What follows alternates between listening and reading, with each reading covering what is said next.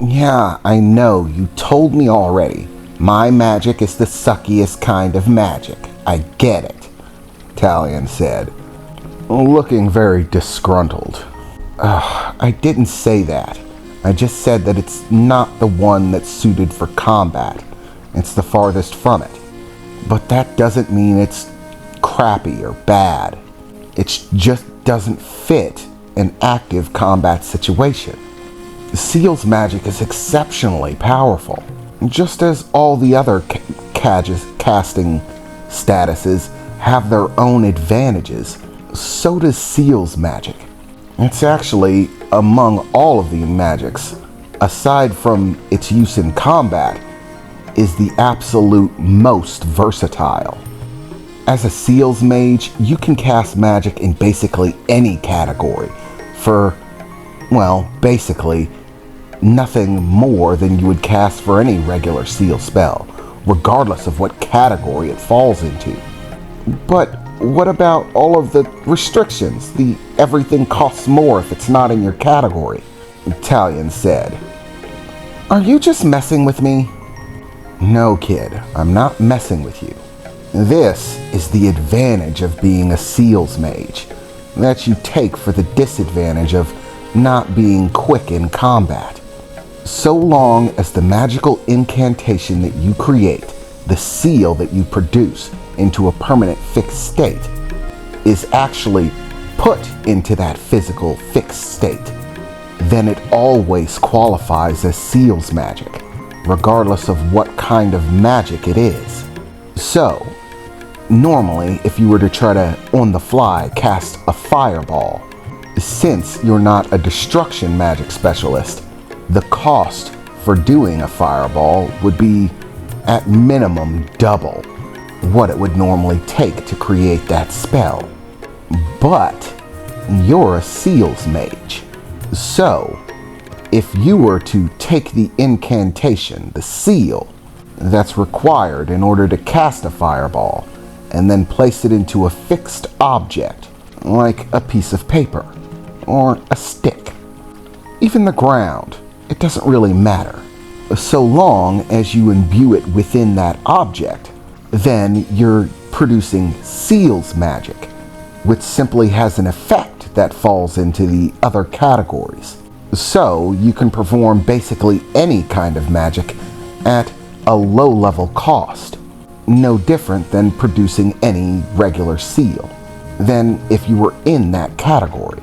The only caveat being the time. Unlike a regular caster who can perform these tasks on the fly, producing a seal is a time-consuming task. Even the most basic seals can take a few minutes to produce. It's a delicate and slow-going process of infusing your magic within an object. If you do it too quickly, then you could destroy the object you're trying to infuse, and basically the spell goes haywire and blows up in your face. Do it too slow and the seal lacks power, and either the spell will fizzle out if you try to use it, or it won't take effect at all. It's a careful and measured process that takes time, but once the seal is stably produced, then it can be used with basically no effort at all. In fact, you don't even have to use any more demonic energy in the use of a seal. You simply grasp it and focus the intent to use the spell, and the demonic energy stored within it activates of its own accord, following the will of the person activating the seal. And creating the seal is simple. All you do is take the seal that normally mages visualize in their head in order to quickly use the spell, and simply etch it into a solid format. I actually borrowed some supplies from your grandmother that will allow you to perform your first magic spell, Salus said as he approached Talion, removing a few articles from his pockets and then placing them into Talion's hands. Inside of his hands there was a quill, as well as a few sheets of paper. and a vial of ink. We'll begin with this. As a seals caster, this is going to be your bread and butter. It's the quickest and easiest way to imbue magic within anything. You'll use the pen and quill, along with the ink and paper, to draw out the seal of the magic that you wish to produce. Visualize the steps therein while focusing your demonic energy into the paper, which you drew the seal on. This is going to take a bit of practice. As I said, it's a very intricate process. It requires that the flow of energy be exactly right for whatever type of spell you're producing, and you have to count in the stability of whatever you're imbuing that magic in.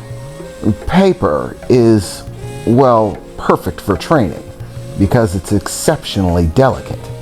You go over, even by a little bit, and you'll turn that piece of paper into a charred pile of ashes in no time. You'll burn it away. And if you put too little, then you get nothing. And since paper is a weak enough format that only low-level spells can be stored in it in the first place, even if you overcharge it and it goes rampant, the amount of power isn't going to add up to enough to do any damage to you. It'll just burn up that piece of paper, and that'll be the end of it. You'll have to start over from scratch. Now, pay attention, Taleon, Salus said as he raised his hand for a moment. A waft of fog beginning to circulate from his arm, forming into a sword, slowly taking its solid, shimmering shape. The sword actually looked unusual, not the kind that was common, at least in the pictures of swords that his mother drew him, and the one that he was practicing with. It was much thinner, and had a curved edge to it. Okay, Taleon, look closely and learn. At that point, Salus began to carve into the ground very shallow, drawing marks across it, circles with symbols in them, and then lines connecting to those that also had other circles with other symbols in them. He was actually carving these in for quite a while. There seemed to be about 30 of them by the time he was done. As Taleon took note of it, he immediately noticed something. That there seemed to be primary symbols within the mix, specifically 4 primary symbols. He surmised that those must be the 4 categories, the steps that you have to go through in order to perform magic. But all of the other symbols that seemed to connect to them out in a somewhat spider's web type pattern were a complete loss. He didn't know what any of them were. Okay, and we're done, Salus said, standing back and looking at his work. Okay, kid, this is another one of the reasons that being a seals mage is, well, a pain in the ass, and not good for quick use. Unlike with creating a seal regularly, like most mages do, in which you can simply visualize the seals themselves and imbue them with will and intent. When you're a seals mage, you actually have to produce a visual representation of what you're imbuing it with. In other words, every emotion and intent has to be given a format. For example, he said, pointing the sword down at a symbol that seemed to connect to the first symbol that he drew into the ground.